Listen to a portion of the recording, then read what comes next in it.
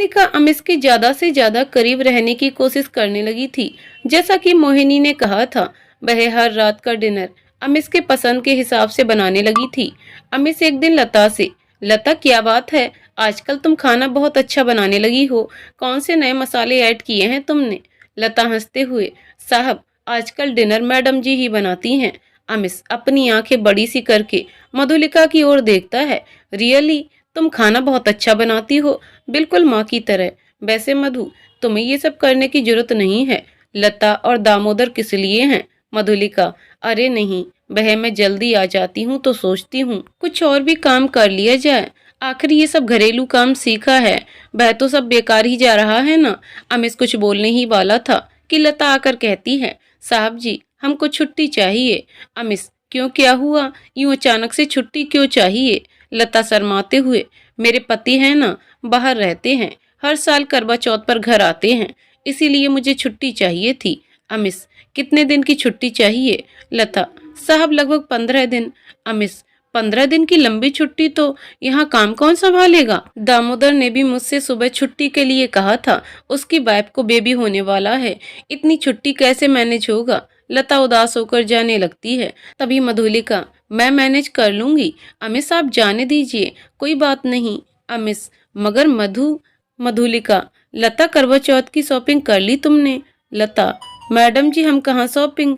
मधुलिका मुस्कुराते हुए, लता कल ड्यूटी से आऊंगी, तब हम शॉपिंग करने चलेंगे, तैयार रहना। लता, थैंक यू मैडम जी। मधुलिका, बस ऐसे ही मुस्कुराते रहा करो, उदास चेहरा लेकर अपने पति के पास जाओगी तुम, क्या सोचेंगे कि हम लोग आपको बहुत सारा काम करवा करवा कर परेशान करते हैं। डिनर करने के बाद अमिश और मधुलिका अपने अपने कमरों में चले जाते हैं। मधुलिका मोहिनी को फोन करके सब बताती है। मोहिनी भी खुश होकर कल के लिए प्लानिंग करती है, कल कैसे मैनेज करना है। अगले दिन मधुलिका ड्यूटी से वापस आकर लता और मोहिनी के साथ करवा चौथ की शॉपिंग करने जाती है। उसके बाद तीनों ब्यूटी पार्लर जाती हैं। लता का मेकओवर कराने के बाद मोहिनी लता को भी समझा देती है। लता ड्राइवर के साथ आवास पर लौट आती है। पार्लर में मोहिनी और मधुलिका ही बचे थे। लगभग 2-3 घंटों के बाद मधुलिका अमिश को कॉल करती है, हेलो अवस्थी जी आप कहाँ हैं? वो हमारा ड्राइवर कॉल रिसीव नहीं कर रहा है और मैं मोहिनी यहाँ पार्लर में है और काफी टाइम हो गया है और सामान भी है, हम दोनों के हाथों में मेहंदी लगी है, कैसे घर आए? अमिश, अच्छा किसी को भेजता हूँ, जगह बताओ। मधुलिका एड्रेस बताकर आप ही आ जाइए। अमिश, देखता हूँ तुम वेट करो। कॉल कट जाता है। मोहिनी बड़ी खुश होकर मधुलिका को कोहनी मारते हुए, देखना जीजा जी खुद आएंगे तुम्हें लेने। मधुलिका भी मुस्कुरा देती है, मगर अगले ही पल, ओह नो, मैं तो भूल ही गई थी कि उनको कार ड्राइविंग नहीं आती। जब पहली बार मिले थे तभी बताया था मुझे, यार अब तो प्लान फेल ही हो गया तेरा। मोहिनी भी उदास हो जाती है, डोंट वरी, मेरे पास और भी प्लान्स हैं। थोड़ी देर बाद गाड़ी पार्लर के बाहर खड़ी होती है। ड्राइवर उतर आता है, मैडम सामान कहाँ है बताइए, मैं गाड़ी में रख लूं। मधुलिका इशारे से बताती है। मोहिनी और मधुलिका उदास होकर गाड़ी की तरफ बढ़ती हैं। मधुलिका फ्रंट सीट पर बैठने के लिए होती है कि पीछे से, मैडम ये सीट बुक है। मधुलिका पलटकर पीछे देखती है, अमिश था। उसके चेहरे पर एक बड़ी सी मुस्कान तैर जाती है। आपने तो। अमिश, मुझे ड्राइविंग नहीं आती तो क्या अपनी दोस्त। तभी मोहिनी, हेलो जीजा जी। अमिश मोहिनी की तरफ पलटकर, हेलो मोहिनी, तुम मुझे जीजाजी कब से कहने लगी? मोहिनी हंसते हुए, आज ही से, चलिए जल्दी बातें गाड़ी में करेंगे, मुझे तो भूख लग रही है। अमिश, अच्छा चलो भूख को शांत कर लो, यहीं पास में होटल है वहीं चलते हैं। मधुलिका, होटल मत चलिए, एक काम करिए, खाना पैक करवा लीजिए, हम घर पर ही खाएंगे। लता के भी तो मेहंदी लगी हुई है, उसे कल सुबह जाना है, फोन करके दामोदर को मना कर दीजिए खाना नहीं बनाए। अमिश ड्राइवर को भेजकर सबके लिए खाना पैक करवाकर अपने बंगले पर पहुंचते हैं। अमिश दामोदर को खाना लगाने को कहकर खुद चेंज करने के लिए चला जाता है। मोहिनी मधुलिका को छेड़ते हुए, देखा जीजाजी तुम्हारी बातें मानने लगे हैं। मधुलिका, चुप करो, यहाँ कुछ फालतू बातें नहीं, सुन लिया ना तो जानती नहीं हो बैंड बज जाएगी मेरी। तभी अमिश आकर बैठता है, क्या हुआ, क्या फालतू बातें? मोहिनी बात बदलते हुए, कुछ नहीं, मैं कह रही थी कि मैं डिनर के बाद चली जाऊंगी। उसी पर मधुलिका कह रही है कि सुबह जाना। अमिश, हाँ तो सही तो कह रही है, आज यहीं रुक जाओ, सुबह चली जाना। मोहिनी, मुझे सुबह जल्दी निकलना पड़ेगा, मेरे हस्बैंड सुबह आ जाएंगे। अमिस, कोई बात नहीं, ड्राइवर तुम्हें छोड़ आएगा। कि तभी मधुलिका के हाथ से चम्मच छूटकर नीचे गिर जाती है। अमिस चम्मच उठाते हुए, क्या है ये? मोहिनी तो धीरे धीरे खा रही थी। उसकी मेहंदी सूख चुकी थी, मगर मधुलिका ने सबसे लास्ट में मेहंदी लगाई थी, इसलिए उसकी मेहंदी अभी भी गीली थी। मधुलिका अमिस की तरफ देखते हुए, मेहंदी लगी है और गीली है तो खा नहीं पा रही, छूट जाएगी ना। अभी ना, न जाने कितने चोचले होते हैं तुम्हारे, कहकर मधुलिका को खाना खिलाने लगता है। मधुलिका को उम्मीद भी नहीं थी अमिस उसे इस तरह खाना खिलाने लगेगा। मोहिनी ये देखकर मंद मंद मुस्कुरा रही थी। डिनर खत्म करने के बाद अमिस चला जाता है। मोहिनी मधुलिका से, यार ये तो हमारे प्लान में शामिल ही नहीं था, उनको तुम्हारी चिंता होती है। चुप करो यार, कोइंसिडेंस था और कुछ नहीं। चलो जल्दी से, बहुत टाइम हो गया, मुझे नींद आ रही है। मोहिनी, कुछ भी हो मगर अच्छा था, पॉजिटिव साइन है तेरे लिए। दोनों कमरे में पहुंचती हैं। थोड़ी देर बातें करते करते मधुलिका सो जाती है। अगले दिन सुबह मोहिनी चली जाती है। लता भी नाश्ता तैयार करने के बाद अपने घर जाने के लिए निकल जाती है। दामोदर भी आज ही जा रहा है। अमिस भी ऑफिस जा चुके हैं। आज पहला व्रत है।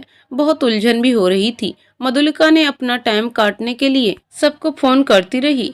आज अमिस की कोई इम्पोर्टेंट मीटिंग थी तो वह लेट आने वाले थे। जैसे तैसे रात हुई, पूजा का टाइम होने वाला था। बाकी की सारी पूजा करके जल्दी जल्दी सारा सामान लेकर टेरेस पर पहुंच गई थी। कहीं चांद निकल आए और मैं रह ना जाऊं। पूजा के बारे में जानती थी, माँ और भाभी को पूजा करते देखा था ना, अच्छे से कर लिया था, जो बचा था वह पता कर लिया था कैसे करना है। इंतजार पर इंतजार कर रही थी, ना तो चांद निकल रहा था और न ही उसका चांद यानी अमिस अभी आए थे। चांद निकलने का टाइम लगभग हो ही गया था, तब तक अमिस भी आ चुके थे। अमिस मधुलिका को आवाज देता है, मधु कहाँ हो तुम? मधुलिका, टेरेस पर आ जाइए, चांद निकलने का इंतजार कर रही हूँ। अमिश टेरेस पर पहुंचकर मधुलिका को देखता है तो देखता ही रह जाता है। आज तक उसने मधुलिका पर इतना गौर कभी नहीं किया था। सच में बहुत खूबसूरत थी। लाल साड़ी तो बहुत ही सुंदर लग रही थी उस पर। सिर पर रेड गोल्डन कॉम्बिनेशन की चुनरी ओढ़ी थी, जिसके साइड बॉर्डर मोती चेहरे पर आकर बिल्कुल अलग लुक दे रहे थे। नथुनी का मोती होठों को छूकर उसके होठों को और खूबसूरत बना रहा था। अमिश आता है तभी शोर मच जाता है। चांद निकल आया। मधुलिका पूजा करने लगती है, प्रार्थना करती है, हे भगवान, मुझे इनसे कभी भी अलग मत करना। आप तो सब जानते हैं मैं इनसे कितना प्यार करती हूँ। मैं इनकी पत्नी हूँ, बस इसके सिवाय मेरा कोई स्वार्थ नहीं है। और पूजा खत्म होने के बाद दोनों नीचे आते हैं। अमिश, मधु भूख लग रही होगी, मुझे तो बहुत तेज भूख लगी है, खाना लगाती हूँ, सारा रेडी है। मधुलिका किचन से खाना लाकर डाइनिंग टेबल पर लगा देती है।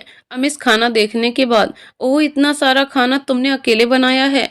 वैसे भी व्रत थी और ये सब व्रत ही तो थी, वैसे तो पूरा दिन खाली ही रही।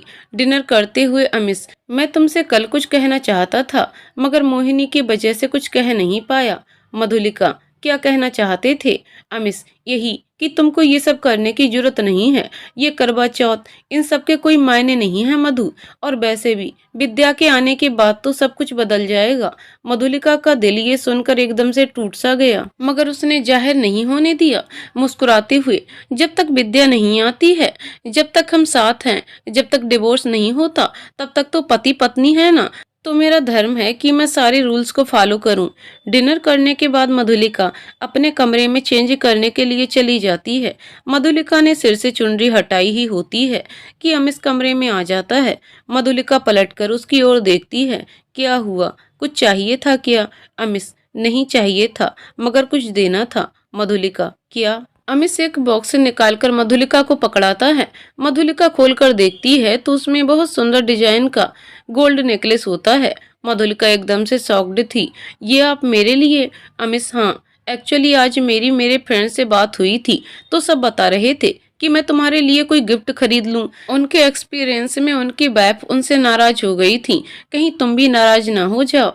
मधुलिका मुस्कुराते हुए, व्रत थी इसलिए नहीं कि गिफ्ट चाहिए। अमिश, गिफ्ट कैसा लगा? मधुलिका, बहुत सुंदर। अमिश, अच्छा पहनकर दिखाओ। मधुलिका शीशे के सामने खड़ी होकर पहनने जा ही रही होती है कि तभी पलटकर अमिश से, लाए हैं तो पहना भी दीजिए, और उसकी तरफ बढ़ा देती है।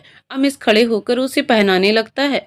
मधुलिका के जूड़े में लगे गजरे की खुशबू सूंघकर अमिश, मोगरा है ना? मधुलिका, जी आपको पसंद नहीं है क्या?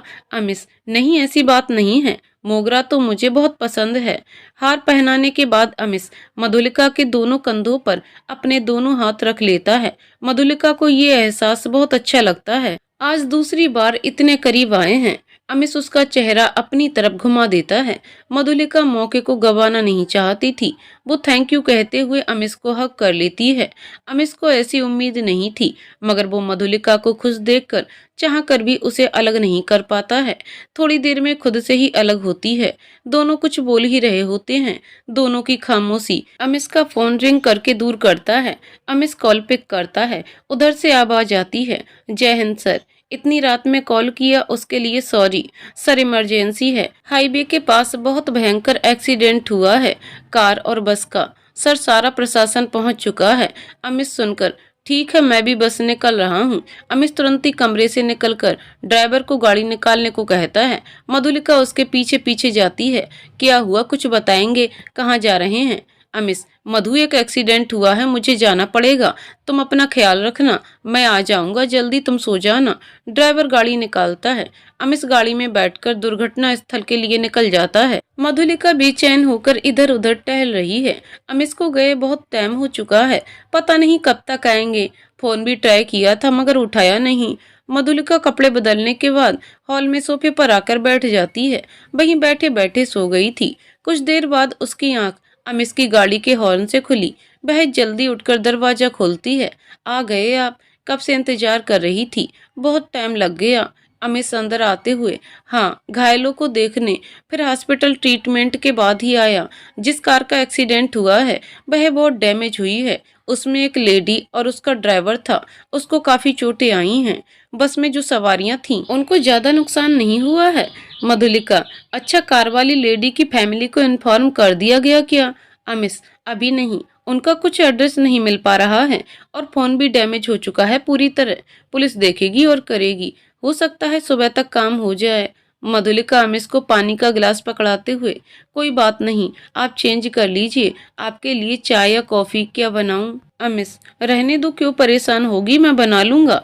मधुलिका, परेशानी कैसे, आपके लिए मैं बना दूंगी ना। अमिश, अगर तुम भी साथ में पियो तो कॉफी बना लो। मधुलिका मुस्कुराते हुए, हाँ बिल्कुल, कहकर किचन की तरफ बढ़ चली। कुछ देर बाद मधुलिका कॉफी बनाकर अमिश के कमरे में जाती है, मगर वहां होता नहीं है। फिर मधुलिका अपने कमरे में जाती है। वहां पर अमिश मधुलिका और अपनी शादी की फोटो देख रहा होता है।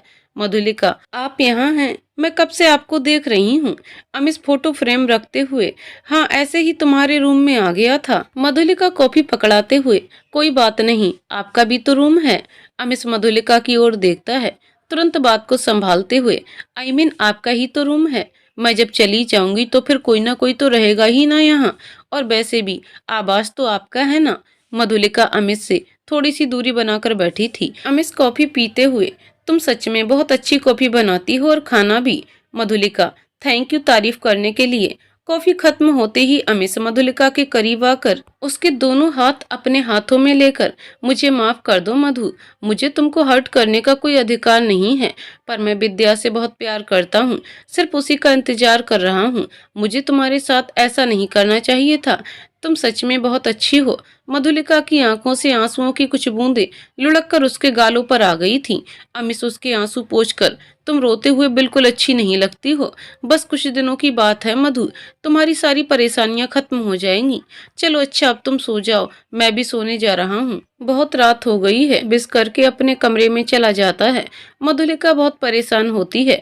मेरी परेशानी खत्म नहीं होगी, बल्कि और बढ़ जाएगी। मैं तो आपसे बहुत प्यार करती हूँ, आप कब समझेंगे? शायद आप समझेंगे ही नहीं कभी भी। मधुलिका बेड पर अपनी पीठ के पीछे तकिया लगाकर बैठ जाती है और अपनी डायरी निकाल कर लिखने लगती है। डायरी लिखने के बाद मधुलिका लेट जाती है। सोने की बहुत कोशिश करती है, मगर नींद कहाँ थी। बहुत देर कोशिश करने के बाद आखिरकार उसे नींद आ ही जाती है। सुबह उठकर फटाफट काम निपटाकर अमिश के लिए मॉर्निंग टी लेकर उसके कमरे में जाती है। उठिए, 9 बज रहा है, ऑफिस नहीं जाना है क्या? सोते ही रहेंगे क्या? मधुलिका शायद टेबल पर चाय रखकर अमिश को उठाने के लिए झुकी ही थी कि अमिश ने करवट ले ली। अमिश और मधुलिका के चेहरे बिल्कुल करीब थे।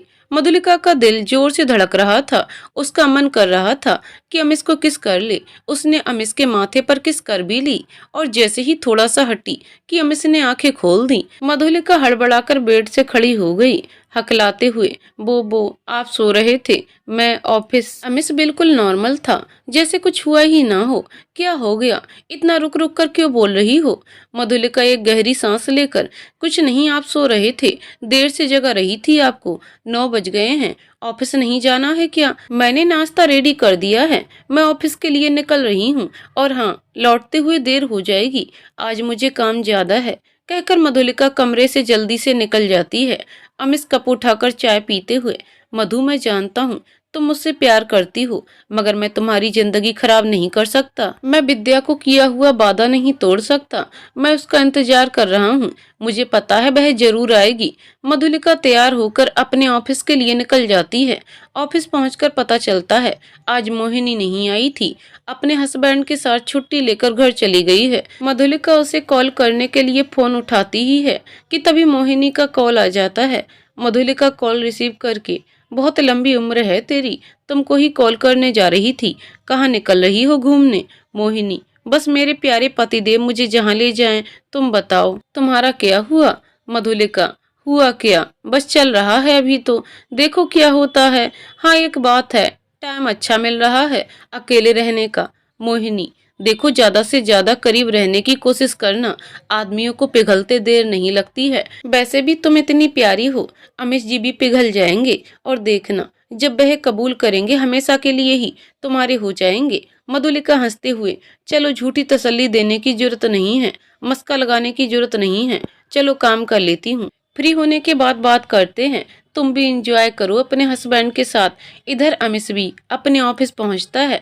एसपी अमिश को बताते हैं, सर इन्फॉर्मेशन मिली है, कल जो एक्सीडेंट हुआ था, कार वाली लेडी को अभी होश नहीं आया है, उसके ड्राइवर को तो आ गया है, मगर दोनों के फोन डैमेज हो चुके हैं, मगर वह भी कुछ बताने की स्थिति में नहीं है। डॉक्यूमेंट से पता चला है कि वह लेडी लखनऊ की ही रहने वाली है, गाजीपुर से जरूर कोई कनेक्शन होगा, उसका नाम विद्या है। विद्या नाम सुनकर अमिश ने चौंक कर उसकी तरफ देखा। क्या नाम बताया आपने? एसपी, सर विद्या शुक्ला।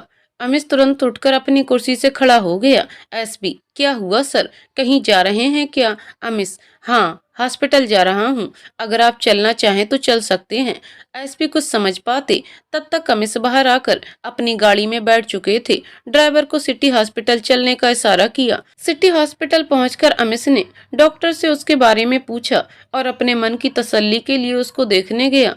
उसको देखते ही अमिश भौचक्का रह गया। अरे, ये तो मेरी विद्या है। विद्या अभी भी बेहोशी की हालत में थी, उसके सर पर काफी चोट लगी थी, उसके हाथ और पैर में भी फ्रैक्चर था।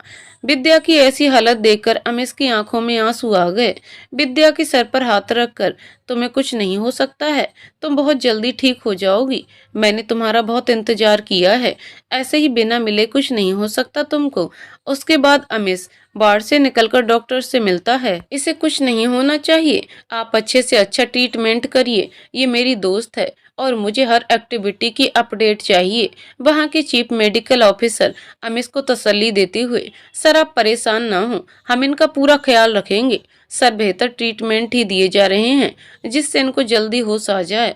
अमिश बहुत परेशान होता है। हॉस्पिटल से सीधा अपने आवास पर पहुंचता है, ठंडे पानी से अपना मुंह धोता है। अमिश की आंखें रोने की वजह से लाल पड़ चुकी थीं। वह बार बार अपनी आंखों पर ठंडा पानी डालता है। आज कितने दिन के बाद तुम मिली हो विद्या, वह भी इस हाल में। सोच सोच कर ही वो अपनी हालत खराब कर रहा था। उसका सिर दर्द से फटा जा रहा था, तो उसने सोचा हार्ड कॉफी पी लूं, शायद आराम मिल जाएगा। कॉफी पीने के लिए वह किचन में गया। अमिश को सिर्फ ब्लैक कॉफी बनानी आती थी। उसने कॉफी बनाकर पी और सीधा अपने ऑफिस निकल गया। रात के लगभग 8 बज चुके थे। मधुलिका अपना सारा काम खत्म करने के बाद घर के लिए निकलती है। वो खाना पैक करवाते हुए लेकर आती है, क्योंकि आज वह भी बहुत थकी हुई थी और घर जाकर खाना बनाना और ज्यादा थकान भरा हो जाता। मधुलिका आवास पर पहुंचती है। बाहर उसे अमिश का ड्राइवर मिल जाता है। मधुलिका उससे पूछते हुए, क्या हुआ भैया, आप घर पर नहीं गए? इस टाइम तो आप अपने घर चले जाते हैं। ड्राइवर, जी मैडम जी, मगर साहब को थोड़ा काम था और हॉस्पिटल भी गए थे। मधुलिका, हॉस्पिटल गए थे, क्या हो गया? ड्राइवर, अरे आप परेशान मत होइए, कल जो हाईवे पर एक्सीडेंट हुआ था ना, उसमें जो लेडी है वह साहब की कोई दोस्त है, इसीलिए तो आज साहब 2 बार हॉस्पिटल गए थे, एक बार सुबह और एक बार अभी लौटे हैं। मधुलिका हैरान होते हुए, अच्छा क्या नाम है उनका? ड्राइवर, अब हमको नाम तो नहीं पता मैडम जी, मगर क्या साहब ने आपको बताया नहीं?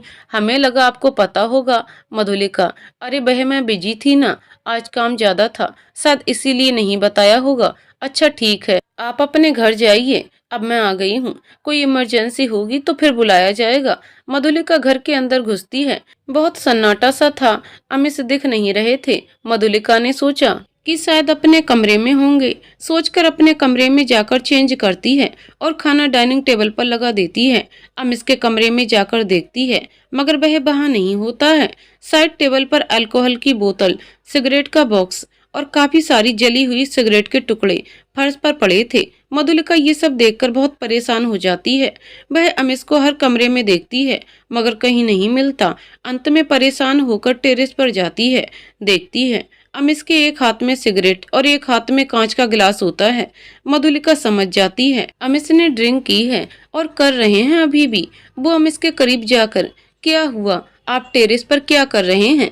अमिश मधुलिका की ओर मुड़ा। मधु चली जाओ यहाँ से, मैं बहुत परेशान हूँ। मधुलिका, मैं यहाँ से जाने के लिए नहीं आई हूँ, बल्कि आपको लेने आई हूँ। डिनर कर लीजिए चलकर। अमिश, मुझे भूख नहीं है, तुम खा लो।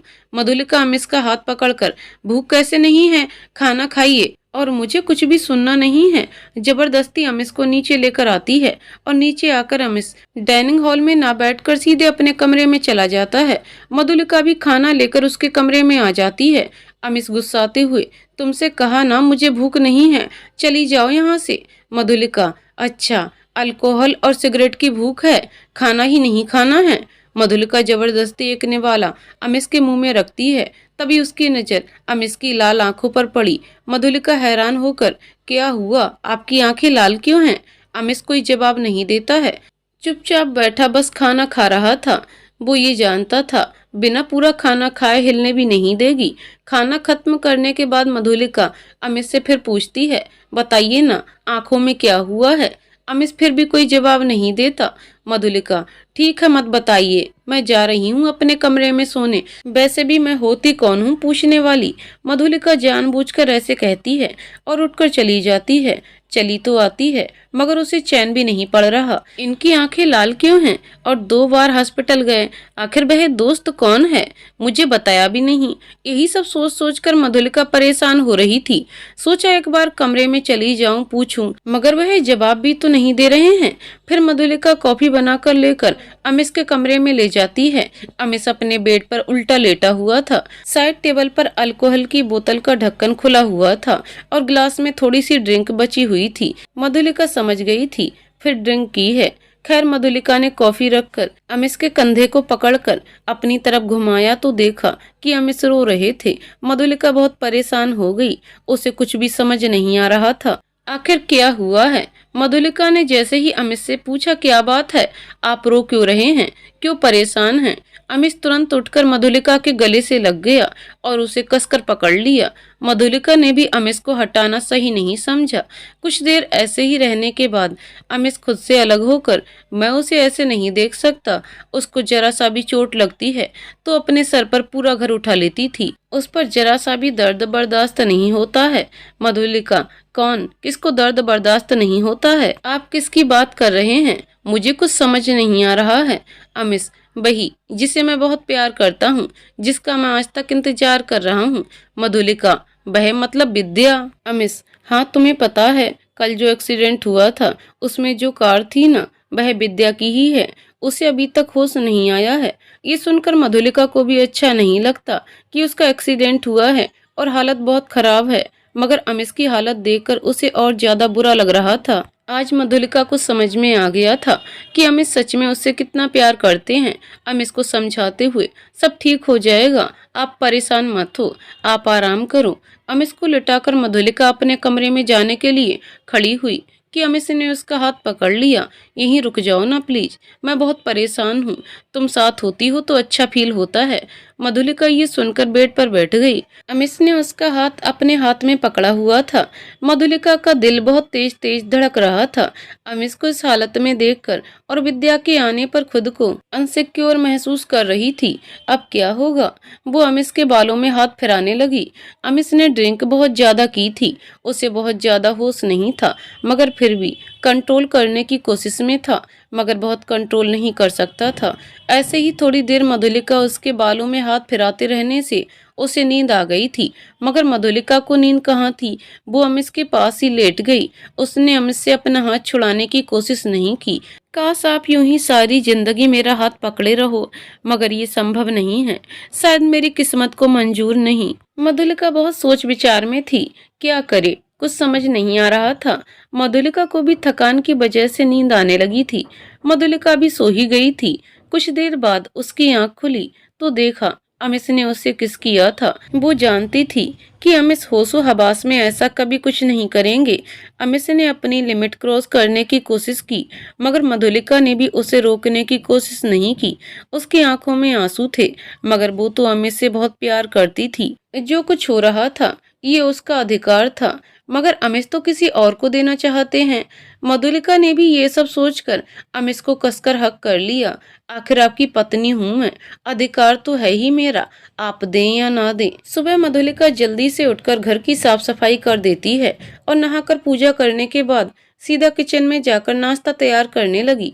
इधर अमित की आंख खुली तो उसका सर बहुत दर्द कर रहा था, सही से उठ भी नहीं पा रहा था। खैर उठा जैसे तैसे, उसके हाथ में कुछ चुभा। चादर हटाकर देखा तो मधुलिका की चूड़ी का टुकड़ा टूटा हुआ था। पूरे बेड से चादर हटाई और टुकड़े थे। अमित ने खुद को देखा तो ओ नो, मेरे कपड़े, कल रात मधु मेरे साथ थी, मतलब मैंने मधु के साथ। ओ सिट, ये क्या हो गया? अमित ने जल्दी से कपड़े पहने और मधुलिका को ढूंढते हुए किचन में पहुंच गया। मधुलिका के पीछे खड़े होकर उसे देख रहा था। मधुलिका ने लाल येलो साड़ी पहनी थी, बालों में टॉवल लपेटा था, मतलब बाल धुले थे। मधुलिका कुछ लेने के लिए पलटी। अमित को देखकर मुस्कुराते हुए, अरे उठ गए आप, गुड मॉर्निंग, रुकिए आपके पीने का पानी गर्म कर देती हूँ, या फिर चाय ही पियेंगे आप? अमित, मधु वो मैं तुमसे कुछ कहना चाहता हूँ। मधुलिका, कहना सुनना बाद में, फ्रेश हो लीजिए, नहाकर जल्दी से आइए, नाश्ता रेडी है। मधुलिका किचन से निकलकर अपने कमरे में जाकर बाल सुखाने लगती है। थोड़ी देर बाद अमित नहाकर नाश्ते के लिए आता है, मगर उससे आज नाश्ता नहीं किया जा रहा था। मधुलिका नाश्ता करते करते अखबार पढ़ रही थी। अमित मधुलिका से, आज तुम ऑफिस नहीं गई? मधुलिका मुस्कुराते हुए, संडे को ऑफिस कौन जाता है? अमित, ओह सॉरी, मुझे याद कैसे नहीं रहा। मधु तुमसे कुछ कहना है। मधुलिका, जी कहिए। अमित, मधु वो कल रात। मधुलिका, क्या कल रात?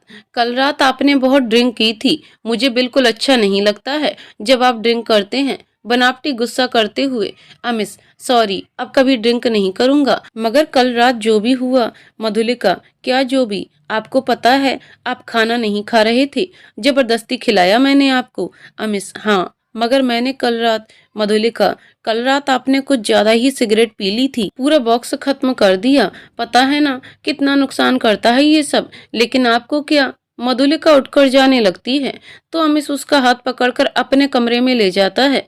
मधु, तुम मुझे मेरी बात क्यों पूरी नहीं करने दे रही? मैं तुमसे कल रात जो हुआ उसके लिए माफी मांग रहा हूँ। मैं जानता हूँ कि ये माफी के लायक नहीं है, पर फिर भी। मधुलिका को ये सुनकर तकलीफ तो बहुत हो रही थी, मगर फिर भी होठों पर मुस्कान लाते हुए, मुझे उस बात से कोई शिकायत नहीं है, आप भी भूल जाइए जो कुछ भी हुआ था। मैं आपको बताना ही भूल गई थी, आपके फोन पर सिटी हॉस्पिटल से कॉल आया था, विद्या को होश आ गया है। ये सुनकर अमित मधुलिका का हाथ छोड़ देता है। मधुलिका उससे कहती है, जल्दी से रेडी हो जाइए, हम सिटी हॉस्पिटल चल रहे हैं। कुछ देर बाद दोनों तैयार होकर सिटी हॉस्पिटल के लिए निकल जाते हैं। सिटी हॉस्पिटल पहुंचकर दोनों विद्या के रूम में पहुंचते हैं। अमित विद्या के पास जाकर उसके हाथ को अपने हाथ में लेकर, कैसी हो विद्या? विद्या आंखें खोलकर अमिश को देखती है और उसकी आंखों से आंसू निकल आते हैं। मैं अच्छी हूँ, बस थोड़ी सी चोट लग गई थी। तुम यहाँ कैसे? अमिश, मैं यही डिस्ट्रिक्ट मजिस्ट्रेट पोस्ट पर हूँ। मधुलिका तभी कुछ जूस और फल लेकर आती है। मधुलिका को देखकर विद्या अमिश से पूछती है, ये कौन है? अमिश कुछ कहता इससे पहले ही मधुलिका, हेलो विद्या, मैं मधुलिका, मधुलिका त्रिपाठी। अमिश जी के फादर और मेरे फादर दोस्त हैं और मैं भी यहीं पोस्टेड हूँ। मुझे तुम्हारे बारे में पता चला था, इसीलिए मैं भी चली आई। अमिश मधुलिका की ओर एकटक देख रहा था। तभी मधुलिका ने विद्या से नजर बचाते हुए अमिश को चुप रहने का इशारा किया। मधुलिका विद्या को जूस देते हुए, ये लो, तुमको भूख लग रही होगी। अमिश विद्या को पूछते हुए, तुम गाजीपुर कैसे आ गई? मुझे कुछ समझ में नहीं आ रहा है। विद्या, दरअसल अमिश, मैं यहाँ गाजीपुर में टीचर हूँ। अमिश, तुम भी गाजीपुर में ही थी? मैंने तुम्हें कितना ढूंढने की कोशिश की, मगर तुम मुझे मिली ही नहीं। विद्या कहते हुए अमिश की आंखें नम हो गईं। मधुलिका ने माहौल संभालते हुए, तुम्हारे घर वालों को तुम्हारी कोई जानकारी नहीं होगी, बहुत परेशान हो रहे होंगे। तुम्हारा फोन भी डैमेज हो चुका था, कैसे भी कांटेक्ट हो जाता तो। अपने हस्बैंड का नंबर बताओ। विद्या, अमिश, मेरा किसी से कोई कांटेक्ट नहीं है। फैमिली से तो मैंने शादी के बाद ही सारे रिश्ते खत्म कर लिए थे और मेरे हस्बैंड से मेरा डिवोर्स केस चल रहा है। मधुलिका हैरान होते हुए, मगर क्यों? विद्या, अमिश, तुम जानते हो ना, मैं तुमसे कितना प्यार करती थी। शुरू में मैं अपने हस्बैंड को एक्सेप्ट नहीं कर पाई, वो भी मुझ पर बात बात में गुस्सा करते थे। हमारे बीच में सब कुछ ठीक हो गया था, मगर एक बार मेरा मिसकैरेज होने पर उन्होंने मुझ पर हाथ उठा दिया था। उनके मना करने के बाद भी मैंने ड्राइविंग की और अपना एक्सीडेंट कर बैठी। ये सारी बातें सुनकर अमिश के चेहरे के एक्सप्रेशन बहुत बदल रहे थे। विद्या का हाथ कस के अपने हाथों में पकड़ लिया था। ये देखकर मधुलिका को बहुत ज्यादा ही बुरा लग रहा था, मगर कुछ कर भी तो नहीं सकती थी। मधुलिका बिना कुछ बोले रूम से बाहर निकल आई। एक साइड में जाकर खूब रोने लगी। अमिश मधुलिका को जाता देख उसके पीछे आ गया था। वो मधुलिका को रोता देख समझ चुका था कि उसको मेरा विद्या के साथ रहना अच्छा नहीं लग रहा। वो बिना कुछ बोले वापस चला गया। तभी डॉक्टर से विद्या की हेल्थ के बारे में पूछा कि विद्या को आराम कब तक मिल जाएगा और वह घर कब तक जा सकती है। डॉक्टर, सर, अभी 3-4 दिन तक तो रखना ही पड़ेगा, उसके बाद घर जा पाएंगी और उनके ड्राइवर की हालत में सुधार है, उनको 1-2 दिन में छुट्टी कर देंगे। मधुलिका अमिश को फोन करके बाहर बुलाती है। मैं घर जा रही हूँ, आप आराम से आइएगा, अगर रुकना चाहें तो रुक सकते हैं। अमिश मधुलिका की बातें सुनकर हैरान था। मधु, तुम जानती हो ना, प्रोटोकॉल के तहत मैं यहाँ नहीं रुक सकता। कुछ देर की बात अलग है, तुम मेरे साथ ही चलो ना। मधुलिका, नहीं, मैं जा रही हूँ, वरना विद्या को कुछ शक हो जाएगा हमारे रिश्ते के बारे में। मैं नहीं चाहती उसको बुरा लगे, वरना उसकी तबीयत और बिगड़ जाएगी। कहकर मधुलिका हॉस्पिटल से बाहर आकर ऑटो लेकर आवास के लिए निकल जाती है। अमिश उसे जाते देखता ही रह जाता है। मधुलिका घर पहुंचकर बहुत रोती है।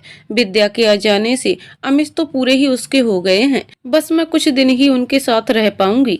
मधुलिका को कुछ भी समझ नहीं आ रहा था। उसने मोहिनी को कॉल लगाया, मगर मोहिनी का फोन उठा नहीं। मधुलिका जैसे ही फोन रखती है, तभी अमिश की माँ का कॉल आ जाता है। माँ, कैसी हो मधुलिका? तुमने तो फोन ही नहीं किया, इतनी ज्यादा बिजी हो गई हो कि अपनी सास को ही भूल गई। मधुलिका, नहीं माँ, वह आजकल माँ काम ज्यादा हो जाता है ना, अपनी ड्यूटी करने के बाद घर में आकर ड्यूटी करनी पड़ती है। सारे सर्वेंट छुट्टी पर गए हुए हैं। माँ, अच्छा तो ये बात है। बेटा, आप दोनों दिवाली पर घर आ जाते, क्योंकि आपकी पहली दिवाली है ना। मधुलिका, माँ, मुश्किल है घर आ पाएंगे, मगर कोशिश करूंगी मैं आ जाऊं। अमिश जी का नहीं कह सकती आ पाएंगे या नहीं। माँ, अच्छा, बीबी हो उसकी, हाथ पकड़कर जहाँ ले जाना चाहो चल देगा। मधुलिका उदास होकर, ऐसा नहीं है माँ। माँ, मतलब कुछ बात हो गई है क्या? मधुलिका, अरे नहीं माँ, वो अब इतने बड़े अफसर हैं और जिम्मेदारी बहुत है ना, इसीलिए बोला मैंने। माँ, कोई नहीं, तुम आ जाना।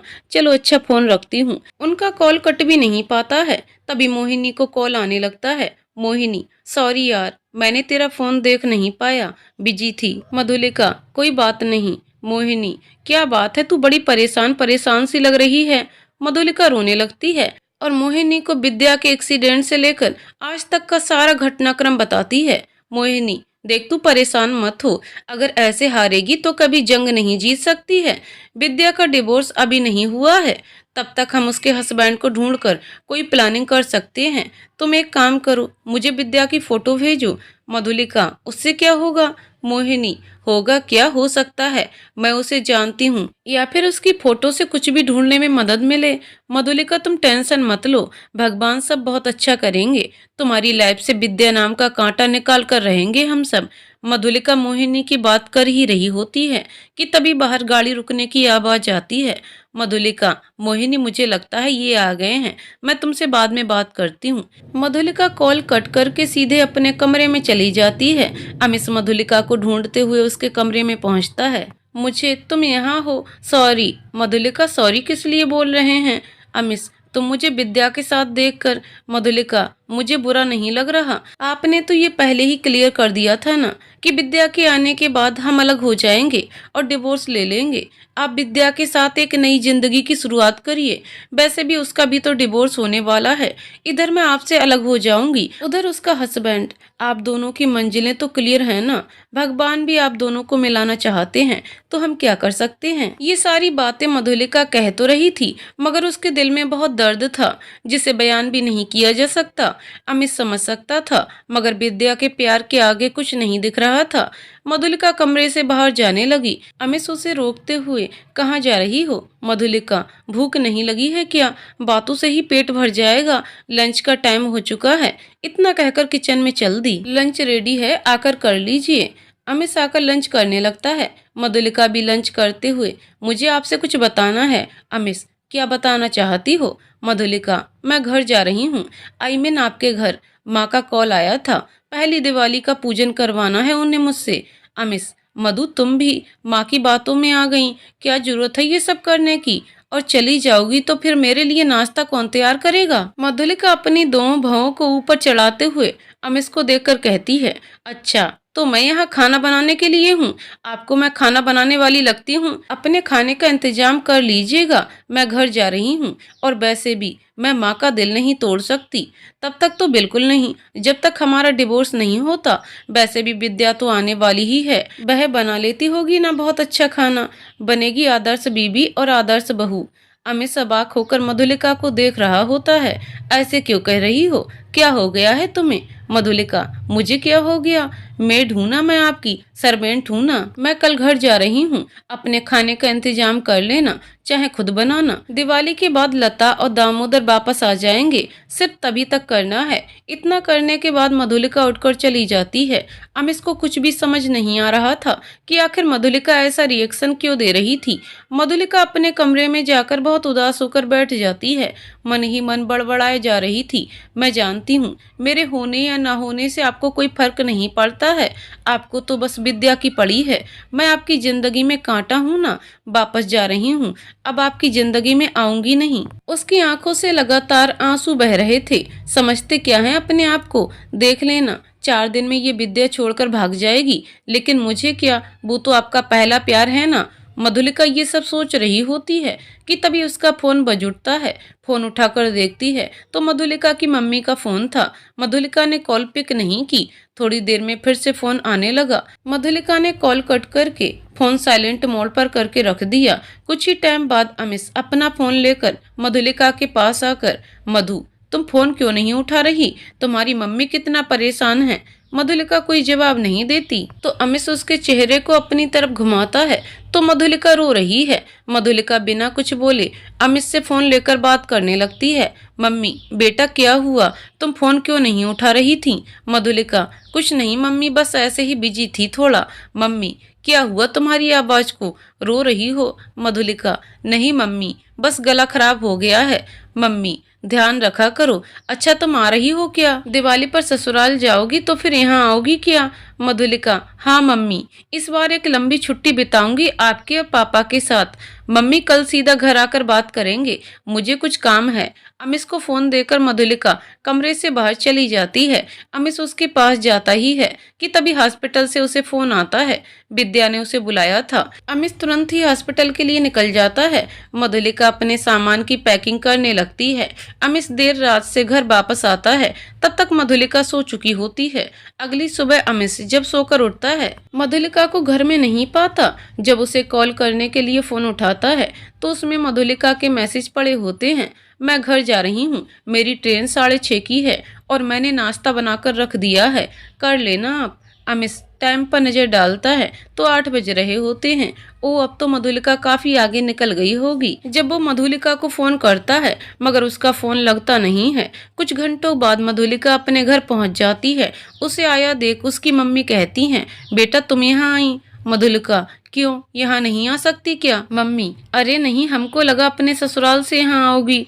मधुलिका, मम्मी आप भी हद करती हो, इतना सामान लेकर वहाँ जाऊंगी, यहाँ रुकूंगी, उसके बाद वहाँ जाऊंगी, उसके बाद फिर यहाँ रुककर चली जाऊंगी। पापा, बातें ही करेंगे, वह इतनी दूर से सफर करके आई है, नाश्ता वगैरह करवाइए, आराम करने दीजिए, उसके बाद बातें करना। मधुलिका अपनी भाभी से कहती है, भाभी भाभी एक बढ़िया सी चाय मेरे स्टाइल बनाओ, तब तक मैं नहा कर आती हूँ। 3 दिन बाद, पापा जल्दी करिए, आपसे कहा था सुबह जल्दी मुझे वहाँ छोड़ दीजिएगा, आपने भी देर कर दी। खैर 1.5 घंटे बाद मधुलिका अपने ससुराल में होती है। घर में काफी चहल पहल होती है। शेफाली सामने से आकर हंसते हुए, अरे भाभी आपने तो हमें आपकी खातिरदारी करने का मौका ही नहीं दिया, थोड़ा तो टाइम बिता लेती अपनी इस ननद के साथ। मधुलिका शेफाली से गले मिलकर, आप कब आई? शेफाली, भाभी हम आए नहीं बल्कि जबरदस्ती लाए गए हैं। मधुलिका मुस्कुराते हुए, मतलब? शेफाली, मतलब ये, अब हमको घर में कोई रहने नहीं देना चाहता है। दिवाली के 3 दिन बाद ही हमारे रोके की रस्म है। मधुलिका, अरे वाह, बधाई हो। शेफाली बुरा सा मुंह बनाते हुए, क्या भाभी, 1 महीने बाद ही शादी है। मधुलिका शेफाली को फिर से हक करते हुए, ये तो और खुशी की बात है। शेफाली की मम्मी यानी अमिश की मम्मी उन दोनों को बातें करते देखकर उनके पास आकर, अगर भाभी की बातें खत्म हो गई हों तो काम कर लिया जाए। मधुलिका और शेफाली दोनों अपने काम में जुट जाती हैं। 2 दिन बाद घर में सब जल्दी उठ गए थे। बहुत सारा काम था घर का, डेकोरेशन से लेकर रंगोली बनाना, कुछ स्पेशल प्रसाद जो हर बार अमिश की माँ बनाती थी, इस बार मधुलिका को बनाना है, और भी बहुत सारे काम होते हैं दिवाली पर। शाम हुई, सब तैयार होकर पूजा घर में पहुंच गए थे। अमिश की माँ मधुलिका से, पूजा तुम्हें ही करनी है बेटा, इस बार ही क्या हर बार? मधुलिका सोचते हुए, इस बार तो हूँ माँ, मगर अगली बार पूजा मैं कहाँ, विद्या होगी यहाँ। शेफाली, भाभी बस 5 मिनट में मुहूर्त शुरू हो जाएगा, तभी पूजा घर के बाहर आकर कोई कहता है, गैस मेरे बिना ही पूजा हो जाएगी इस बार। सब बाहर देखते हैं तो अमिश खड़ा मुस्कुरा रहा था। शेफाली, भाई आप आ रहे थे तो बताया क्यों नहीं? अमिश, पगली, दुनिया में सरप्राइज नाम की कोई चीज भी होती है, बस 10 मिनट रुको, नहा कर आता हूँ। मधुलिका हैरान थी, कैसे आ गए, विद्या से फुर्सत कैसे मिल गई इनको। अमिश नहाकर तैयार होकर आता है, रेड कुर्ते के साथ गोल्डन धोती। मधुलिका उसे ट्रेडिशनल कपड़ों में देखकर हैरान थी। उसने पहली बार जो देखा था, शेफाली मधुलिका को ही देख रही थी, छेड़ते हुए, भाभी भाई हैंडसम लग रहे हैं ना। वो हर बार पूजा में धोती कुर्ता ही पहनते हैं। भाभी फिलहाल भाई के साथ पूजा करिए, फिर बाद में जी भर के देख लेना। शेफाली की बातें सुनकर सब हंसने लगते हैं। पूजा खत्म होने के बाद अमिश और मधुलिका बड़ों के पैर छूकर आशीर्वाद लेते हैं। मृत्युंजय अवस्थी सदा खुश रहो। हमारी तो इच्छा है कि अगली दिवाली हमारे घर साक्षात नन्ही सी लक्ष्मी जी पधारें। ये सुनकर मधुलिका अमिश एक दूसरे को देखने लगते हैं। अमिश बात आगे ना बढ़े, इसलिए पापा मैं आता हूँ। मृत्युंजय अवस्थी, सुनो, साथ में बहू को भी लेते जाओ, अकेले क्यों जाओगे? मधुलिका को कुछ समझ नहीं आ रहा था कहाँ जाना है। वो बिना सवाल किए अमिश के साथ गाड़ी में बैठ गई। ड्राइवर काफी स्पीड से गाड़ी चला रहा था और थोड़ी ही देर में एक जगह गाड़ी रुकी। अमिश गाड़ी से उतरकर वहां गया। बहुत सारे बच्चे थे और औरतें आदमी भी थे। मधुलिका भी उतरकर वहां पहुंची तो समझ आया कि वो फैक्ट्री में और भी बाकी दिहाड़ी मजदूरों की बस्ती थी। अमिश ने ड्राइवर से सामान लाने को कहा। अमिश ने उन सबको मिठाई दी, बच्चों को पटाखे दिए और लिफाफे थे जिसमें रुपए थे वो सबको मधुलिका को देने को कहा। एक बुजुर्ग ने अमित से पूछा, ये आपकी पत्नी है क्या बेटा? अमित, जी दादा, ये मेरी पत्नी ही है। वो बुजुर्ग बहुत सारे आशीर्वाद दोनों को देते हैं। अमित और मधुलिका बच्चों के साथ पटाखे जलाते हैं, वहाँ मिठाई भी खाते हैं। बहुत देर तक टाइम स्पेंड करने के बाद दोनों घर वापस लौट आते हैं। मधुलिका बहुत खुश थी। आज अमित का ये रूप भी देख लिया। सच में आप कितने अच्छे हो अमित जी, मधुलिका खुद से ही बातें करते हुए कहती है। तभी अमित कमरे में घुसते हुए, तुमने कुछ कहा मधु? मधुलिका एकदम सक पका जाती है। नहीं तो मैंने कुछ नहीं कहा।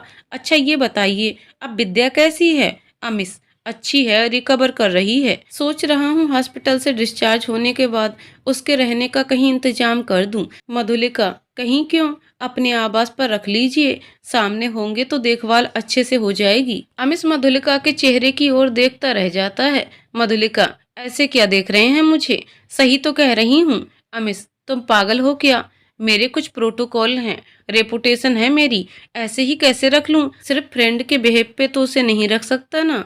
मधुलिका, तो मैं नहीं रहती क्या वहाँ? अमित, तुम्हारी बात अलग है, तुम वाइफ हो मेरी। मधुलिका, अच्छा तो मतलब आप मानते हैं कि मैं आपकी वाइफ हूँ?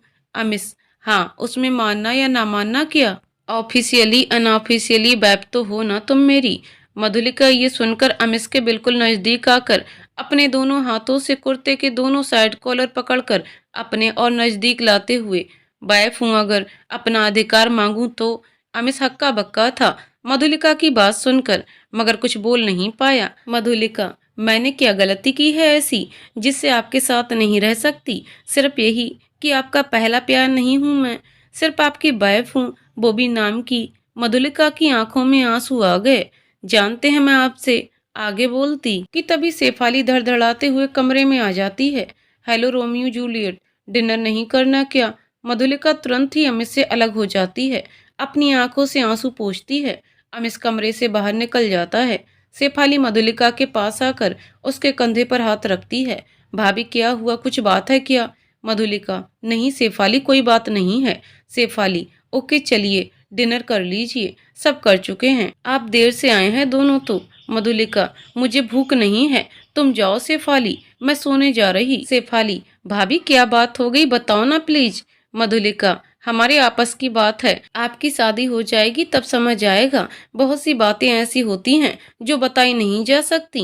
आप जाइए, हमको भूख नहीं है। मधुलिका का मूड खराब देखकर शेफाली ज्यादा बहस न करके कमरे से चली जाती है। मधुलिका कपड़े चेंज करने के बाद बिस्तर पर आकर लेट जाती है। सुबह जल्दी ही मधुलिका उठ जाती है।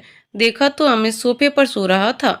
मधुलिका उसे जगाकर, आप सोफे पर क्यों सोए हैं, बेड पर लेट जाइए, वरना कोई देख लेगा तो क्या सोचेगा।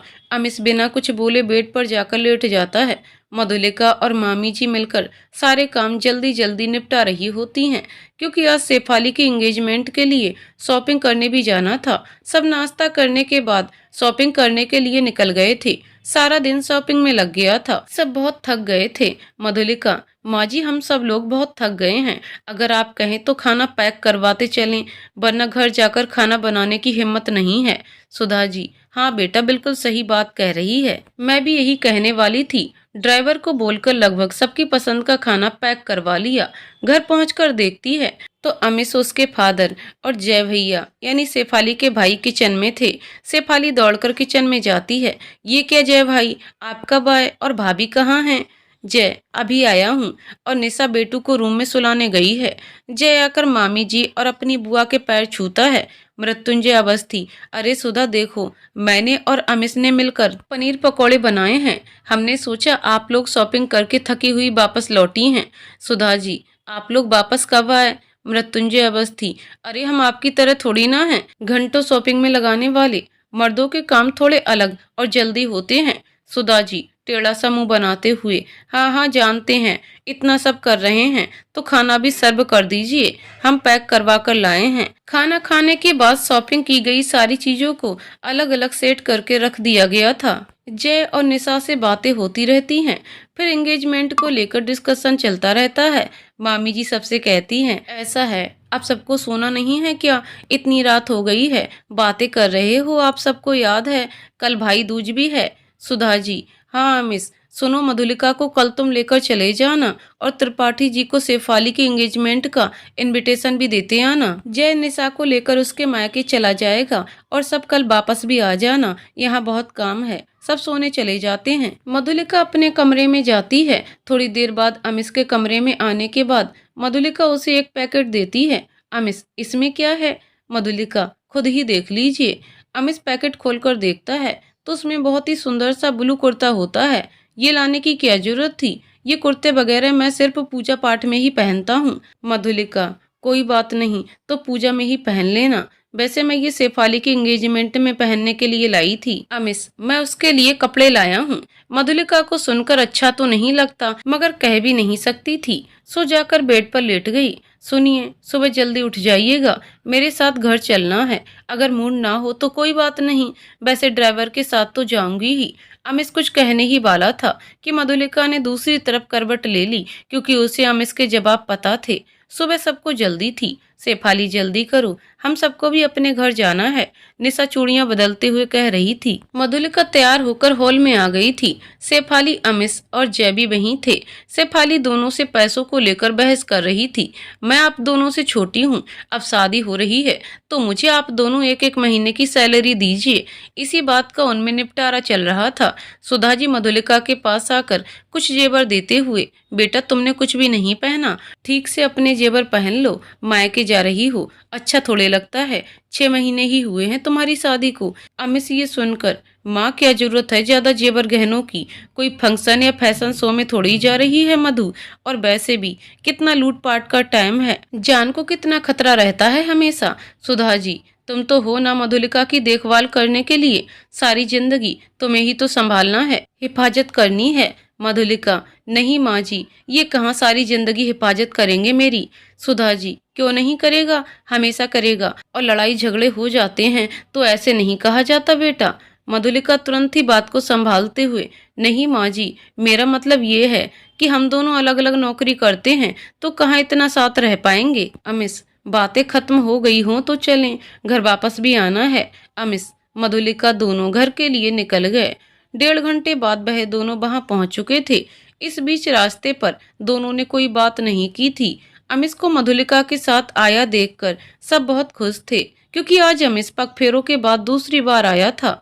मधुलिका घर में जाते ही, भैया कहाँ हो, जल्दी से तिलक करवा लो, मुझे बहुत भूख लगी है। मधुलिका की भाभी, हाँ तुम तो व्रत होगी ना, तब तक तिलक करो, मैं खाना लगा देती हूँ। मधुलिका अपने भाई को तिलक करने लगती है। उधर अमिश की आवभगत में भाभी नाश्ते पर नाश्ते लगाए जा रही थीं। मधुलिका की मम्मी वंदना त्रिपाठी, अमिश जी, मधुलिका आपको ज्यादा परेशान तो नहीं करती है? वैसे वो बातें बहुत ज्यादा करती है, जब यहाँ होती थी तो मेरा तो सर दर्द करवा देती थी।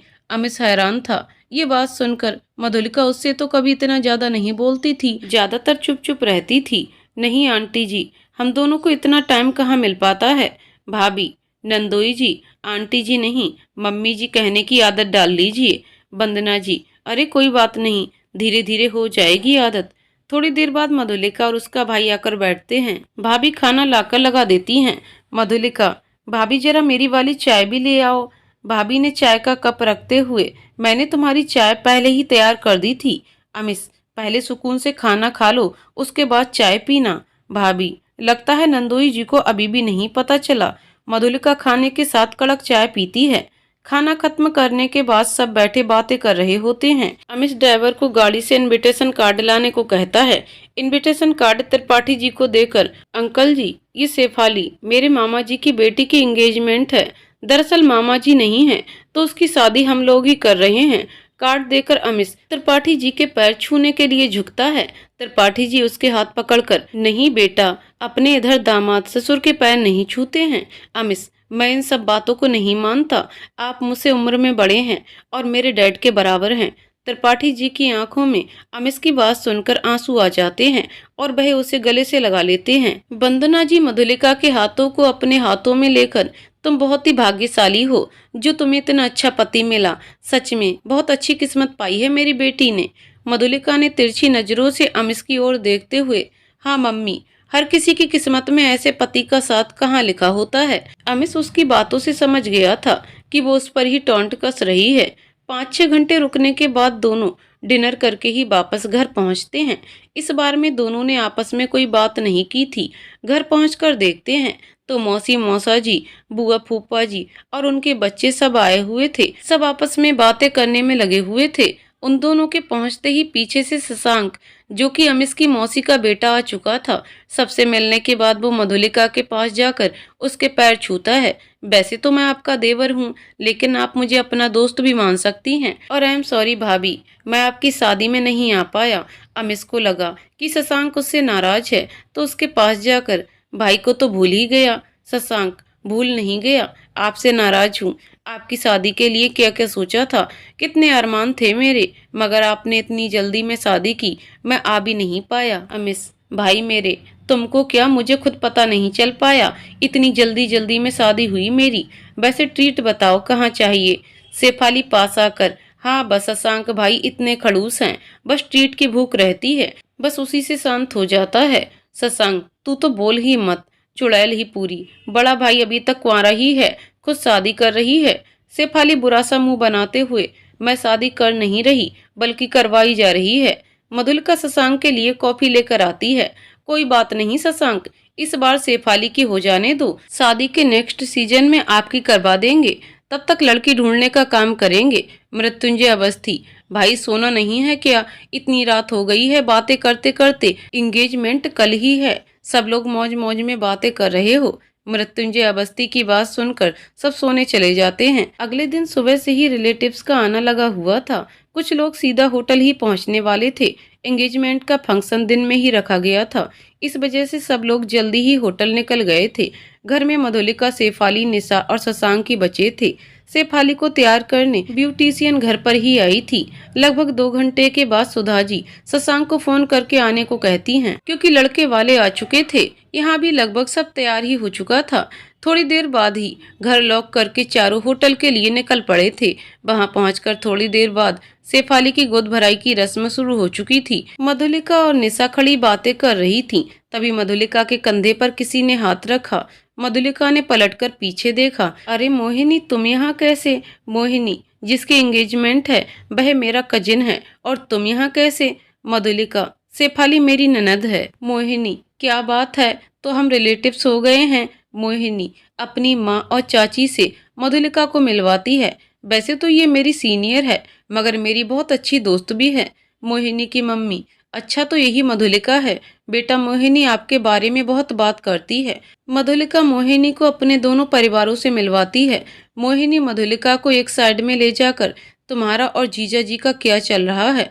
मधुलिका, वैसा ही चल रहा है, अब तो ठीक हो रही है, उसकी देखभाल करने के लिए रहने का इंतजाम भी वहीं करने वाले हैं। मोहिनी, ये विद्या नाम की मुसीबत तो बढ़ती ही जा रही है। जीजा जी ने कितने दिन की छुट्टियां ली हैं? मधुलिका, 3-4 दिन की ली थी, कल शाम को वापस जा रहे हैं। मोहिनी, कोई बात नहीं, तुम परेशान नहीं हो, मैं भी परसों वापस जा रही हूँ, शादी के टाइम फिर आ जाऊंगी, तब तक तगड़ी प्लानिंग करनी पड़ेगी। वैसे तुम्हारी छुट्टियां कितने दिन की हैं? मधुलिका, मैंने तो 1 महीने के लिए ली थी, शादी के लिए 3-4 दिन की और बढ़वा लूंगी। मोहिनी, एक काम करो, तुम 2-3 दिन यहाँ रुकने के बाद वापस गाजीपुर ही आ जाओ। देखो मधुलिका, तुम्हें मौका नहीं देना है विद्या को जीजा जी की लाइफ में घुसने का। दोनों बातें कर रही होती हैं कि शशांक उन्हें ढूंढते हुए आता है। अरे भाभी, आप यहाँ हैं, मैं कब से आपको ढूंढ रहा हूँ, आपसे बातें करनी है मुझे, और एंगेजमेंट में आए हैं तो साइड में खड़े होकर बात क्यों कर रही हैं? वहां चलकर एंजॉय करिए। मधुलिका शशांक को मोहिनी से इंट्रोड्यूस कराते हुए, मोहिनी ये शशांक, अमिश जी के छोटे मौसेरे भाई, और शशांक ये मोहिनी, हम दोनों एक साथ गाजीपुर में जॉब करते हैं, और अब ये शेफाली की होने वाली ननद भी है। शशांक मोहिनी के पैर छूने के लिए झुका। मोहिनी हंसते हुए, अरे अरे, इसकी क्या जरूरत है, हम दोस्त बन सकते हैं। शशांक ने भी मुस्कुराते हुए अपना हाथ मोहिनी की तरफ बढ़ा दिया। मधुलिका, अच्छा अब चलो, हम सब फंक्शन अटेंड करते हैं। तीनों एंगेजमेंट हॉल की तरफ बढ़ जाते हैं। एंगेजमेंट खत्म होने के बाद रात तक सब घर वापस लौट आते हैं। सब लोग लड़के और लड़के वालों की तारीफ कर रहे थे। सब कुछ सकुशल हो गया, ज्यादा टेंशन नहीं हुई। बस अब 20 दिन बचे हैं शादी को, तो कैसे क्या करना है, वो बड़े लोग सब आपस में बात कर रहे थे। इधर शशांक शेफाली को परेशान किए जा रहा था। मधुलिका कपड़े चेंज करने के बाद वहीं गपशप के बीच बैठ जाती है आकर। अमिश तो पहले से ही बैठा होता है। शशांक अपने फोन से सबको फोटोज दिखा रहा होता है। एक फोटो देखकर अमिश को कहता है, भाई आज भाभी को देखकर लगता है कुछ ज्यादा ही रोमांटिक हो गए थे। मधुलिका शशांक को देखती है तो कभी अमिश को समझ नहीं आया शशांक ने ऐसा क्यों कहा था। अमिश, ऐसा कुछ नहीं है, तुम ना दिमाग कम लगाया करो। शशांक फोन से फोटो दिखाता है। अमिश मधुलिका के ठीक पीछे खड़े होकर उसकी साड़ी का पल्लू हाथ से पकड़े था, जो कुछ ज्यादा लंबा था, जमीन में टच हो रहा था। एक पिक में मधुलिका अमिश की शर्ट का कॉलर ठीक कर रही थी। मधुलिका पिक देखकर, हद है, ऐसी फोटोज क्यों ली? शशांक, भाभी आपका और भाई का प्यार झलकता है, कहकर हंस दिया। अमिश जल्लाते हुए वहां से उठकर चला गया। मधुलिका भी उठकर चली गई। सब बातों में बिजी थे। मधुलिका कमरे में चली गई थी। अमिश वहां पहले से था, अपनी पैकिंग कर रहा था। उसे जाना था सुबह। मधुलिका पास आकर, मुझे बता दीजिए क्या क्या रखना है, मैं रख दूं। अमिश, देखो मधु, तुमसे पहले ही सब क्लियर कर चुका हूँ, हमारे बीच कुछ नहीं हो सकता, बस कुछ दिनों की बात और है, सब नॉर्मल। मधुलिका झल्लाते हुए, मैंने कब आपसे अपना हक मांगा है? आपके दिल में तो कोई और बसी है। देखिए, मैं नहीं चाहती किसी को कुछ भी पता चले, मेरी नहीं आपकी ही बेइज्जती होगी, इसलिए तमाशा मत बनाइए, कहकर मधुलिका रोते हुए कमरे से बाहर निकल गई। शशांक ये सब देख रहा था। वो मधुलिका को टेरेस पर जाते हुए देखकर उसके पीछे पीछे चला गया। मधुलिका वहां बैठी मोहिनी से बात कर रही थी। मोहिनी, मैं अमिश जी के डिवोर्स देने का वेट नहीं करूंगी, बल्कि खुद ही दे दूंगी। उनको आजाद होकर उसके साथ रहने का मौका मिले। शशांक ये सब सुनकर हैरान था कि उन दोनों के बीच की अंडरस्टैंडिंग दिखावा थी। शशांक मधुलिका के पास जाकर, भाभी मुझे आपसे कुछ बात करनी है। मधुलिका, मोहिनी मैं तुमसे बाद में बात करती हूँ। हाँ बोलिए, क्या बात करनी है? शशांक, भाभी प्लीज कुछ मत छिपाइए मुझसे। मैंने आपकी और भाई की बातें सुनी और जो आप अपनी फ्रेंड से कह रही थी वो भी। मधुलिका इमोशंस को कंट्रोल करते हुए, आपके भाई किसी और से प्यार करते हैं, मुझसे नहीं। शशांक, किससे? मधुलिका, विद्या शुक्ला से, पुराना प्यार है वो उनका। शशांक हैरानी से, मगर भाभी उसकी तो शादी हो चुकी है, अब तो वो भाई की लाइफ से बहुत दूर है। मधुलिका शशांक को अपने फोन में हॉस्पिटल वाली फोटोज दिखाती है। वो उसी से प्यार करते हैं और मुझसे डिवोर्स लेकर उससे शादी करेंगे। उसका डिवोर्स होने वाला है तो बस कांटा मैं ही हूँ। शशांक, भाभी ऐसा नहीं हो सकता, मैं ऐसा होने नहीं दूंगा। मेरी भाभी आप हो तो बस आप ही रहोगी। भाई को बस गलतफहमी है। विद्या को मैं बहुत अच्छे से जानता हूँ, वो शेफाली की दोस्त है और मैं शेफाली विद्या एक ही कॉलेज में पढ़े हैं। भाभी वो वक्त के साथ बदलने वाली लड़की है। वो जानकर भाई को फंसा रही है, जिससे भाई उसके झांसे में आ जाएं और वो उनके साथ रह सके। मधुलिका, मगर शशांक, उसकी ऐसी हालत नहीं है कि वो कुछ प्लानिंग कर सके। शशांक, भाभी हो सकता है उसका एक्सीडेंट एक इत्तेफाक हो, मगर मैं उसे बहुत अच्छे से जानता हूँ और उसके हस्बैंड से भी मिला हूँ। आप परेशान मत होइए, भाई आपसे प्यार करते हैं, मैंने देखा है, मगर उनकी आंखों पर पट्टी चढ़ी है धोखेबाज लड़की की। भाई उसके लिए खुद को जिम्मेदार मानते हैं। बस भाई को यकीन दिलाना पड़ेगा कि आप ही उनका असली प्यार हो। भाभी, मैं करूँगा, आपको बस मेरे प्लानिंग से चलना पड़ेगा कुछ दिनों। मैं उसके हस्बैंड का पता करता हूँ, इस टाइम कहाँ है वो। अच्छा, अब बहुत देर हो गई है, नीचे चलिए, बीमार पड़ जाएंगी, सो जाइए चलकर, मुझे तो नींद आ रही है। मधुलिका कमरे में आ जाती है। अमिश सो चुका था। मधुलिका बेड पर एक साइड लेट जाती है। अमिश करवट बदलकर उसकी तरफ ही आ जाता है। मधुलिका उसका हाथ अपने हाथ में लेकर, प्लीज एक बार मेरे दिल में जो चल रहा है उसकी सुनिए। क्यों नहीं समझ पा रहे आप तो कलेक्टर हैं, सबकी प्रॉब्लम्स को सुनते हैं और सॉल्व करते हैं। मेरी तकलीफ क्यों नहीं दिखाई दे रही है आपको? अगर आपका और कोई पहला प्यार है तो आप भी तो मेरा पहला और आखिरी प्यार हैं। मधुलिका ऐसे ही अमिश का हाथ अपने हाथ में लेकर सो जाती है। सुबह जल्दी ही अमिश जाग जाता है। उसका हाथ मधुलिका के हाथ में होता है। वो सोई हुई होती है। अमिश उसे देखकर, मधु तुमको क्या लगता है? मैं जानता नहीं हूँ कि तुम मुझसे प्यार करती हो, मगर मैं अपने दिल की वजह से मजबूर हूँ। मुझे समझ नहीं आता क्या करूँ। जब तुम्हें देखता हूँ तो तुम्हें देखते ही रह जाता हूँ, मगर विद्या के सामने आने पर तुमको याद नहीं रख पाता।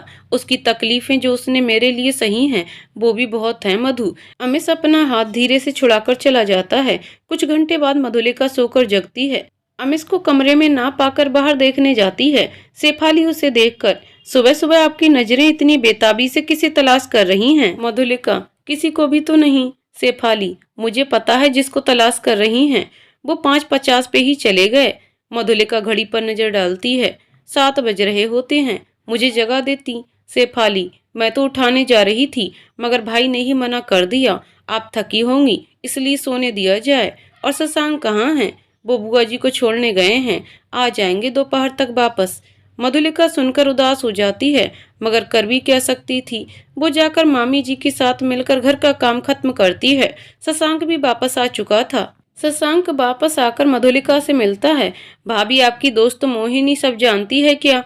मधुलिका, हाँ उसे सब पता है। एक काम करिए, मैं और आप और आपकी दोस्त तीनों मिलकर प्लान करते हैं और एक साथ उस पर काम करते हैं। एक काम करिए, आप गाजीपुर ही चली जाइए, मैं भी आ जाऊंगा और वहीं अपने प्लान को सक्सेस मिलेगी। आप किसी को कुछ मत कहना। मधुलिका, मगर मैंने लीव ले रखी है तो ऐसे जाऊंगी और शेफाली की शादी भी 20 दिन में ही है। शशांक, आपने किसी को बताया तो नहीं है कि लीव कब तक है? और अगर बता भी दिया है तो कोई नहीं, भाई अकेले हैं वहाँ और आप चली जाओगी तो कोई रोकेगा थोड़ी। एक काम करिए, आप चली जाइए, मैं तब तक विद्या के हस्बैंड का पता करता हूँ और सब सेटल हो जाएगा, मैं लास्ट में आऊंगा। 2 दिन बाद मधुलिका गाजीपुर पहुंच जाती है। अमिश उसे देखकर, तुम यहाँ? मधुलिका, क्यों, आ नहीं सकती क्या? अमिश, ऐसा नहीं है मगर तुम बिना इन्फॉर्म किए आ गई तभी लगा कि। मधुलिका, क्या लगा? एक बात बता दूं आपकी जानकारी के लिए, जब तक डिवोर्स नहीं होता तब तक यहाँ रह सकती हूँ, मैं आपकी वाइफ हूँ। अमिश, हद है यार, मैं कुछ कह नहीं रहा। मधुलिका, कह भी नहीं सकते। वैसे विद्या के रहने का इंतजाम हुआ कि नहीं? अमिश, हाँ वो यहीं पास में ही एक घर है, वहीं विद्या रह रही है और लता की जान पहचान की एक लड़की है, उसे वहां रखा है। मधुलिका, ओके, आप तो ख्याल रखेंगे ही उसका। वैसे मैं मोहिनी से मिलने जा रही हूँ। मधुलिका अपना पर्स उठाकर निकल जाती है। सीधे मोहिनी के पास पहुंचकर शशांक से हुई बात को बताती है। मोहिनी भी खुश होती है, चलो कोई तो मिला मदद करने को। तभी शशांक का कॉल मधुलिका के पास आता है। हेलो भाभी, गुड न्यूज है, विद्या के हस्बैंड का पता चल गया है, मेरी बात भी हो गई है उससे, मैं उसी से मिलने जा रहा हूँ, जो भी डेवलपमेंट होगी बताऊंगा। तब तक आप भी विद्या और भाई पर नजर रखना।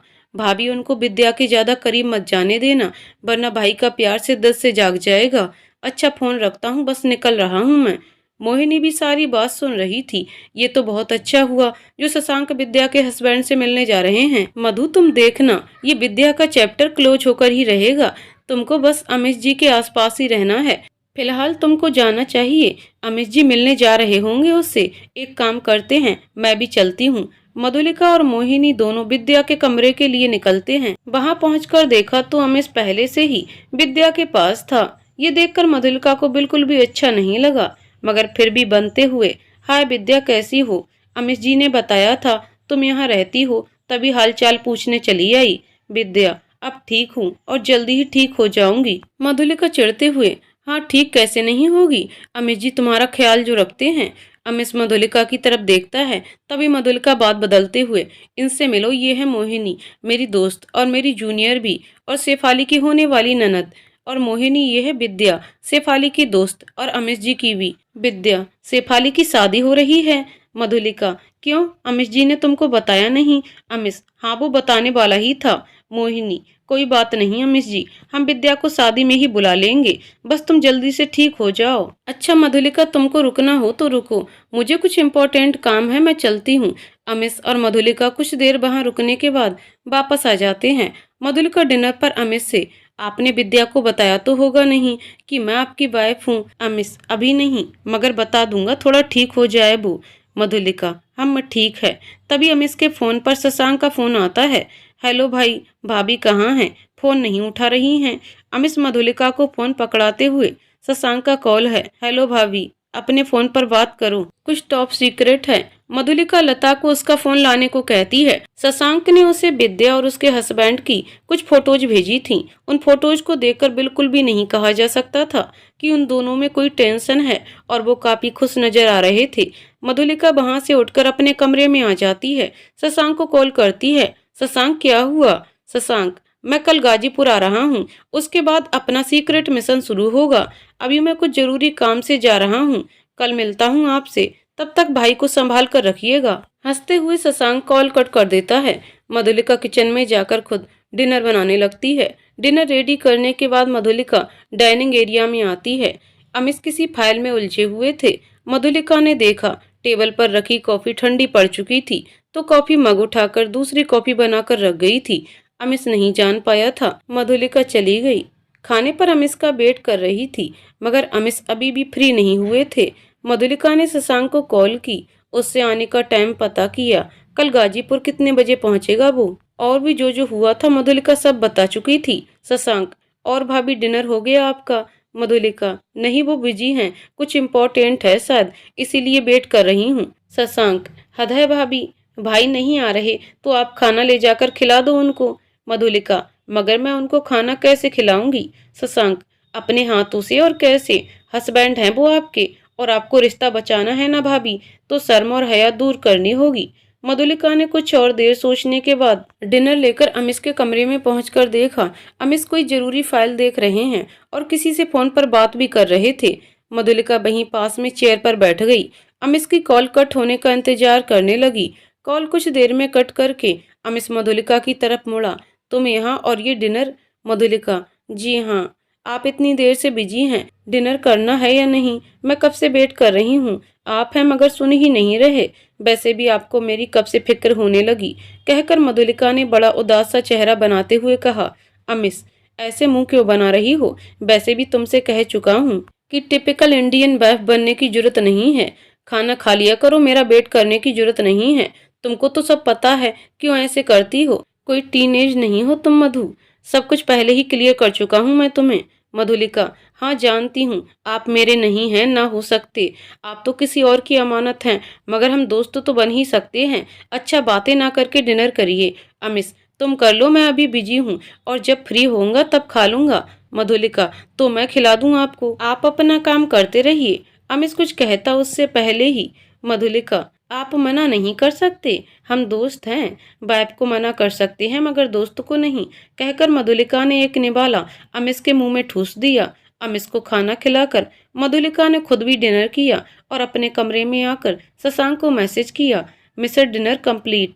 कुछ देर बाद शशांक ने मधुलिका को कॉल किया। बेल्डन भाभी, आप ऐसे ही छोटे छोटे प्लान्स को अंजाम देती रहिए, भाई खुद ब खुद आपके प्यार में गिरफ्तार हो जाएंगे।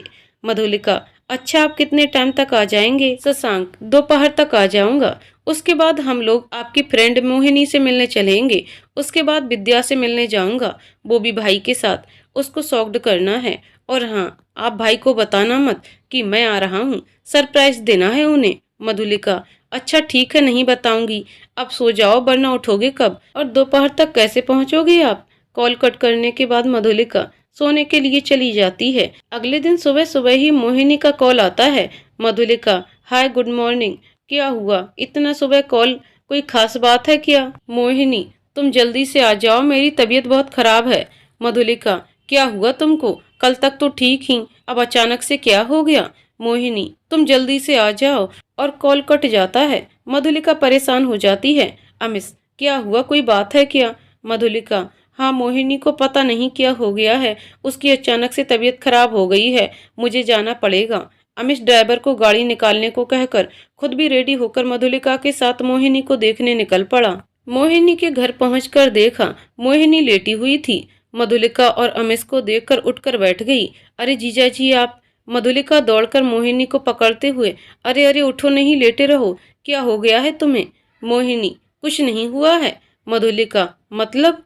मोहिनी: मतलब ये कि मैं देखना चाहती थी कि तुम्हें मेरी कितनी फिक्र है। मधुलिका गुस्से में मोहिनी की तरफ देखकर: अगर ये मजाक था तो मुझे बिल्कुल भी पसंद नहीं आया। मोहिनी: मजाक नहीं था, अब तबीयत एक लंबे टाइम तक खराब रहने वाली है मेरी। अमिश: ऐसी क्या प्रॉब्लम हो गई तुमको? अच्छे से चेकअप कराओ, जो भी प्रॉब्लम है ठीक हो जाएगी। मोहिनी ने मधुलिका की तरफ अपनी मेडिकल रिपोर्ट बढ़ाते हुए, ये देखो खुद पता चल जाएगा क्या प्रॉब्लम है। मधुलिका रिपोर्ट देखकर: व्हाट रियली? अमिश: क्या हुआ मधु, क्या है रिपोर्ट में? मधुलिका अमिश की तरफ बढ़ाते हुए: खुद ही देख लीजिए। अमिश रिपोर्ट देखने के बाद: भाटी सरप्राइज, ये तो गुड न्यूज है। मोहिनी: जी जीजा जी, आप मौसा जी बनने वाले हैं। मधुलिका मोहिनी को गले लगाकर बधाई देती है। सब बैठकर बातें करने लगते हैं। तभी मोहिनी मधुलिका से कहती है, तुम गुड न्यूज कब सुनाओगी? मधुलिका उदास सी होकर: मेरी किस्मत में कहाँ ये। तभी अमिश उसकी तरफ देखता है। मधुलिका बात बदलकर, मेरा मतलब है अकेले का डिसीजन नहीं है ना। अमिश, मधु तुम रुकना चाहो तो रुक सकती हो, मैं चलता हूँ। और अमिश उठकर चला गया। मोहिनी और मधुलिका बातें करने लगी। शशांक के आने की बात मोहिनी को भी पता थी। नेक्स्ट डे प्लानिंग क्या होगी। अब मोहिनी कहती है, मधुलिका मुझे कुछ भी नहीं पता है, इन सब प्लानिंग का मास्टरमाइंड हमारा प्यारा देवर शशांक है। आने दो, आज उसके बाद पता चलेगा क्या होगा। दोपहर होते ही शशांक सीधा मोहिनी के घर पहुंचता है। वहां तीनों मिलकर प्लानिंग करते हैं। प्लानिंग के तहत मधुलिका मोहिनी को अपने साथ ले जाती है और शशांक रात में अमिश के घर पहुंचने के बाद पहुंचता है। अमिश उसे अचानक आया देखकर, क्या हुआ, कोई प्रॉब्लम थी क्या, तुमने कुछ बताया नहीं ऐसे अचानक। शशांक, भाई क्या मैं बिना किसी प्रॉब्लम बिना किसी रीजन के मिल नहीं सकता क्या। अमिश, नहीं ऐसी बात नहीं है। शशांक, भाई आपकी और भाभी की याद आ रही थी और भाभी के हाथों का बना टेस्टी टेस्टी खाना खाना है तभी चला आया। मधुलिका, अच्छी बात है, आप फ्रेश न हो लीजिए, तब तक नाश्ता लगवाती हूँ। मधुलिका लता को नाश्ता लगाने को कहती है, खुद किचन में शशांक के लिए खाना बनाने का इंतजाम करने लगती है। नाश्ता और खाना होने के बाद सब खूब गप्पे मारते हैं, घर के हालचाल से लेकर शेफाली की शादी तक। शेफाली की शादी को 10 दिन बचे हैं। अमिश मधुलिका से, तुम और मोहिनी शशांक के साथ लखनऊ चली जाना, मैं शादी में 2 दिन पहले ही आ पाऊंगा। वैसे तुम सब बातें करो, मुझे ऑफिस भी जाना है, कहकर अमिश अपने कमरे में चला जाता है। शशांक अमिश के जाने के बाद, लखनऊ का क्या है भाई, चले ही जाएंगे, मगर पहले विद्या और आपका मैटर क्लोज कर दें, अपनी प्यारी भाभी को उनका हक दिला दें। मोहिनी हंसते हुए, कहीं मर्डर न कर देना उसका। शशांक, अरे नहीं नहीं मधुलिका, तुमको एक गुड न्यूज देनी है, मोहिनी की तरफ से तुम मामा बनने वाले हो। शशांक, अरे वाह, तो इसी बात पर मुंह मीठा हो जाए। मधुलिका चॉकलेट्स लाकर शशांक को देती है। शशांक, अरे वाह भाभी, आपको पता था मुझे चॉकलेट्स पसंद हैं। मधुलिका, पता नहीं था मगर पता कर लिया कि मेरे प्यारे देवर को क्या पसंद है क्या नहीं। शशांक, आप ना दुनिया की सबसे बेस्ट भाभी हो, कहकर उसे हक कर लेता है।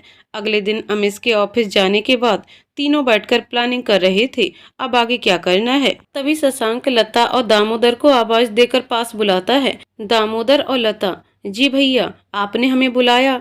शशांक, हम एक बात पूछें, सच सच बताना आप लोग, वो जो आपके साहब की दोस्त आई हैं, वो ज्यादा अच्छी हैं या हमारी भाभी यानी आपके साहब की मैडम। मोहिनी और मधुलिका शशांक की ओर देखने लगती हैं। दामोदर, भैया जी हमको हमारी मेम साहब बहुत अच्छी लगती हैं, इनकी बराबरी कोई कर नहीं पाएगा, वो साहब की दोस्त क्या करेगी। लता, अरे भैया जी आपको क्या बताएं, वो विद्या मैडम है ना, हमको तो वो बिल्कुल भी पसंद नहीं। मेरी सहेली जो उनकी देखभाल के लिए रहती है, वो बता रही थी कि वो उस पर बहुत गुस्सा करती रहती है, मगर जब साहब आते हैं तो उनके सामने इतने प्यार से बात करती है, सब दिखावा। और भैया वो साहब को बहुत अजीब तरह से देखती है। मधुलिका हंसने लगती है, कैसे अजीब तरह से। लता, मेम साहब बस आप साहब को वहां जाने मत दिया करो, ऐसी औरतें लोगों के बसे बसाए घर खराब करती हैं। शशांक, तभी तो हमने आप दोनों को बुलाया है, विद्या पर नजर रखने को। एक बात बताऊं, वो भाभी की जगह लेने की कोशिश कर रही है। लता, ऐसा कभी नहीं होगा, आप बताओ हमको क्या करना है। शशांक, उसे अभी तक ये नहीं पता है कि अमिश की शादी हो चुकी है, भाई ने शायद नहीं बताया है, कैसे भी करके ये बात उस तक पहुंचा दो कि भाई मैरिड हैं। लता, इसमें कौन सी बड़ी बात है, मैं चली जाती हूँ वहाँ और बातों बातों में उसे ऐसे कहूंगी कि विद्या मैडम सुन लें। शशांक, अच्छा वैसे क्या कहोगी, एक बार मुझे सुनाकर बताओ। लता, मैं अपनी सहेली से बातें करूंगी, मौका मिलते ही। अरे रजनी तुमको बताऊं, हमारी मेम साहब है ना, वो बहुत अच्छी हैं, कभी नौकरों जैसा व्यवहार नहीं करती। तो वो कहेगी कौन मेम साहब, तो मैं कहूंगी अरे अपने साहब है ना, उनकी ही मेम साहब। तो देखना विद्या मैडम जरूर सुनेंगी, फिर पूछेंगी तो मैं बता दूंगी। शशांक, मगर लता एक मिनट, विद्या को अभी ये नहीं पता चलना चाहिए कि मधुलिका भाभी ही अमिश भाई की वाइफ हैं।